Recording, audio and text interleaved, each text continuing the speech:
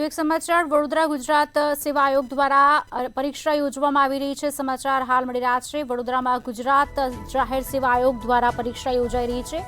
આપને જણાવી દઈએ જીપીએસસી દ્વારા પરીક્ષાનું આયોજન રાજ્યમાં રાજ્ય વેરા નિરીક્ષક વર્ગ 3 એટલે કે એસટીઆઈ વર્ગ 3ની પરીક્ષાની શરૂઆત થઈ ચૂકી છે।